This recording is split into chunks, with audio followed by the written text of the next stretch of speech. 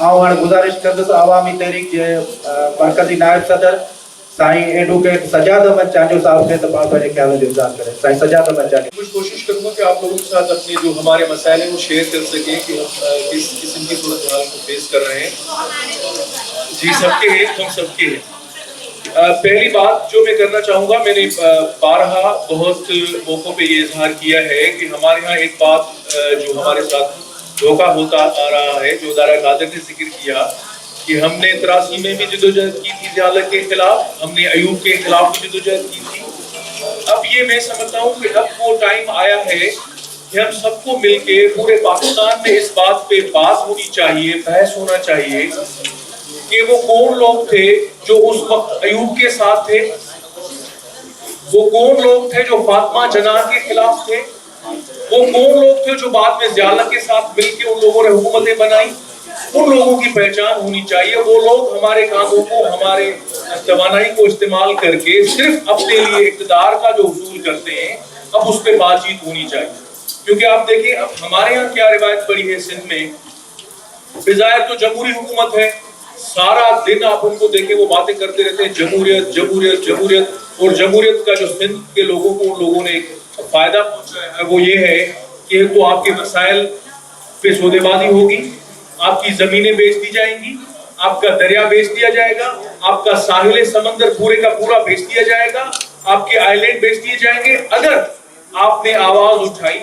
अगर आपके कानूनदानों ने आवाज उठाई, अगर आपके दानिश्वरों ने आवाज उठाई, अगर आपके तारीखदानों ने आवाज उठाई, अगर किसी सियासी वर्कर और कारकुन ने आवाज उठाई तो वो दहशतगर्द होगा। अब ये पाकिस्तान की तारीख में कानून के अदना शागिर्द की हैसियत में मेरी नजर से इससे पहले ऐसा कोई केस नहीं गुजरा जिसमें आप एक वकूए की 32 एफआईआर दर्ज की गई हो। एक वकूआ 32 एफआईआर, 50,000 से ज्यादा लोगों को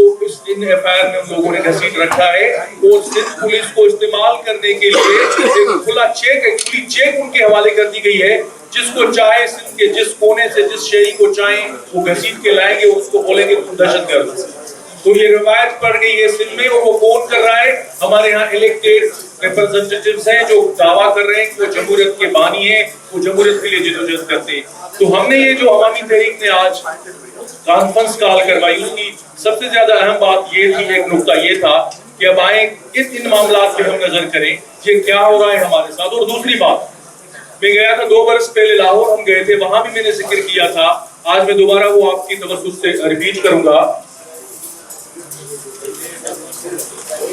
कि अब ये भी फैसला होना चाहिए कि पाकिस्तान में पिछले 73-74 बरसों से जो पॉलिसियां जिन लोगों ने भी बनाई हैं, क्या उनकी पॉलिसियों पे डिबेट होनी चाहिए कि नहीं होनी चाहिए।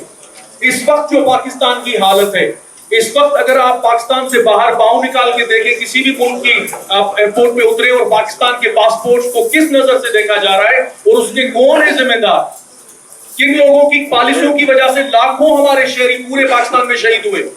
किन लोगों की ये पॉलिसियां थी कि वजीरिस्तान में लोग शहीद हो रहे हैं, केपीके में शहीद हो रहे हैं, पंजाब में अब वो वाकयात हो रहे हैं, ये किन की पॉलिसियां थी। इस पे भी डिबेट होनी चाहिए, वो भी अपना मौक़िफ़ पेश करें कि आपने पिछले 73 बरसों से यहाँ के अयूब खान की शक्ल में, ज़ियालत की शक्ल में, मुशर्रफ की शक्ल में, या अपने मनगढ़ंत जैसे अभी इन दिनों जो जमहूरी हुकूमत है, जिसमें मैं तो कहता हूँ ये एक ही सिक्के के 2 साइड्स हैं। कभी कभी वो खुद हजरात आके बैठ जाते हैं मेरे इस्लामी भाइयों कह के और नारा लगा के, कभी कभी इन लोगों को बिठा देते हैं जैसे इस वक्त बिठाया हुआ है, और पूरी पॉलिसियां वो चला रहे हैं। इस वक्त जो पाकिस्तान की सूरत हाल है, इस वक्त जो पाकिस्तान के GDP का रेट है, इस वक्त जो पाकिस्तान की मुआशी तंगी की सूरत हाल है, उस सब के जिम्मेदार मेरे ख्याल में, मेरा ये ख्याल है, उसके जिम्मेदार वो लोग हैं जो कभी कभी इक़्तिदार पे खुद आके बैठते हैं या कभी कभी इक़्तिदार के पीछे बैठ के अपने डमी पपेट्स को बिठाते हैं। उनकी पॉलिसियों की वजह से ये आज पाकिस्तान की सूरत हाल है। दूसरी बात, जैसे कलमती साहब ने जिक्र किया, मैं थोड़ा सा आपके साथ शेयर करूंगा। पाकिस्तान की और दुनिया की तारीख का ये एक अजीब केस है। 4 मई 2018 को पाकिस्तान की सबसे बड़ी जो अदालत है,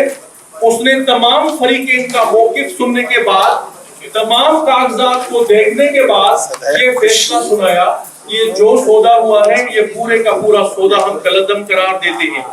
जो ट्रांजैक्शन जमीन की हुई है सिंध हुकूमत से, सिंध बोर्ड ऑफ रेवेन्यू से मलीर डेवलपमेंट अथॉरिटी की तरफ, और मलीर डेवलपमेंट अथॉरिटी से बहरा टाउन के साथ जो जमीन का सौदा हुआ है वो पूरा हम कलअदम करार देते हैं, ये नाके से खत्म है।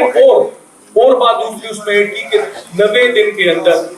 नेब को अहकाम देते हैं कि 90 दिन के अंदर जो लोग भी इस पाकिस्तान की तारीख के सबसे बड़े गबन में मुलविस हैं, डाके में मुलविस हैं, उनके खिलाफ आप रेफरेंसेस दायर करें और उनको कानून के कटघरे में लाएं। और तीसरी बात जो मैं सबसे अहम, जो हमारे यहाँ अमूमन डिस्कस होता है कोर्ट्स में, ये मैं अपने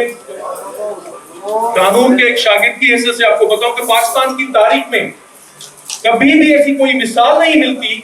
जो इन लोगों ने यहाँ कानून की नई मिसालें कायम करनी शुरू कर दी हैं कि अगर ताकतवर बंदा होगा सामने, अगर मलक रियाज होगा, तो हमारी अदालतों से भी कानून की ऐसी तशरीह निकलेगी जो कभी पाकिस्तान की तारीख, तो क्या दुनिया की तारीख में नहीं मिलती। कोई एक नजीर ऐसी नहीं जहां आप ये सुने कि थर्ड पार्टी इंटरेस्ट जिसको ये नाम दे रहे हैं, तो फिर आप ये गुजर नाले से लोगों को क्यों हटवा रहे हैं, फिर आप ये कराची में इतने बड़े बड़े प्लाजा क्यों गिरा रहे हैं इंक्रोचमेंट के नाम पे, थर्ड पार्टी इंटरेस्ट वहां क्यों नहीं इस्तेमाल हो रहा। थर्ड पार्टी इंटरेस्ट आपने तो पूरी सिंध पे इंक्रोचमेंट के नाम पे लोगों को बेघर कर दिया, वहां ये थर्ड पार्टी इंटरेस्ट क्यों नहीं चल रहा। और ये थर्ड पार्टी इंटरेस्ट मैं समझता हूं कि ये अजीब किस्म का एक कानूनी इन लोगों ने तशरीह की है कि जो भी ताकतवर अगर कल किसी की जमीन पे कब्जा करे, जबरन कब्जा करके वो बैठ जाए, वो वहां 5 रुपए इन्वेस्ट करे और वो तीसरे बंदे को भेज दे, तो आप लोग कहेंगे कि ये जस्टिफाइड है क्योंकि थर्ड पार्टी इंटरेस्ट आ गया है, हम इसको जमीन दे दें। तो ये इस किस्म के फैसले हो रहे हैं बदकिस्मती से हमारे यहाँ पाकिस्तान में, जिसकी कोई नजीर नहीं मिलती। तो हम सब लोगों ने उसके खिलाफ उस दिन से, जिस दिन से ये हमारी इम्प्लीमेंटेशन पेज है और जिसका कोई डोमिनी नहीं था, बिल्कुल सादा सी लैंग्वेज में अगर समझे, अमलदार बेच का ये कैसे हो सकता है जिसको उस फैसले पे, उस पे रूह और हर्फ बहर्फ उस फैसले पे अमल दरामद करानी थी, उस बेच को ये कहां से, कौन से कानून के तहत ये इख्तियार हुआ कि वो उस पूरे फैसले को रद्दबदल कर दे। और वो जमीन जिसका आपने वो कैंसिल कर दी थी ट्रांजैक्शन, अगर ट्रांजैक्शन कैंसिल होती है तो वो जमीन के मालिकाना हुकूक तो पुराने वाले बहाल हो गए। वो जमीन जिसकी थी वो फैसला उस मालिक को करना था कि दोबारा वो जमीन बेचना चाहता है या नहीं बेचता। वो फैसला इस्लामाबाद में कैसे हो सकता है? आप हमें बताएं कोई मिसाल ऐसी कि कभी आप लोगों ने ये फैसला पंजाब की जमीन के सिलसिले में किया हो, कभी दूसरे यहाँ किया हो। ये सिंध की जमीन का फैसला इस्लामाबाद में हो रहा था, ये भाव वहीं तय हो रहा था। और बदकिस्मती हमारी ये है कि इस पूरे मामले में जिसका मैंने आपसे तज़किरा किया, हमारे यहाँ जो इलेक्टेड नुमाइंदे हैं वो इसमें जवाबदार है।